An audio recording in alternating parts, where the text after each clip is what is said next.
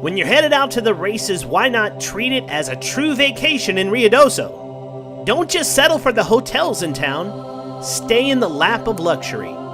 Check out the fine amenities and ask them for the Horseman's discount. Don't just settle. Stay in style. Stay at the Escape Resort at Ruidoso.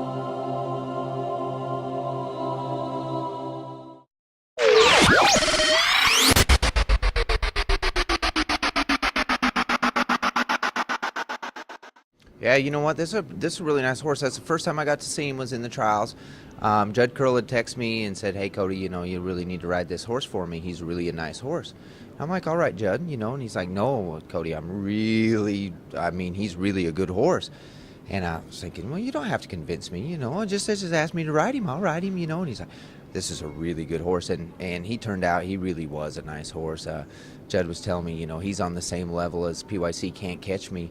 And he was completely right. You know, this horse, especially for first out, drawing the one hole at Ruidoso, not doing all his works in Houston, not really working over the racetrack. It was a pretty special performance. Kind of take me through the race.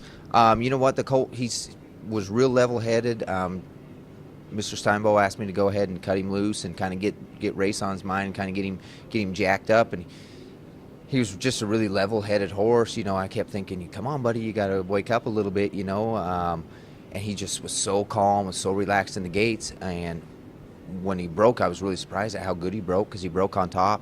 And I reached and asked him a couple times, and he just kept opening it up. And I was really impressed. I didn't realize how far he'd won by. You know, I just kind of kept pushing him down through there because we had such a stiff headwind, and just hoping to do the best we could.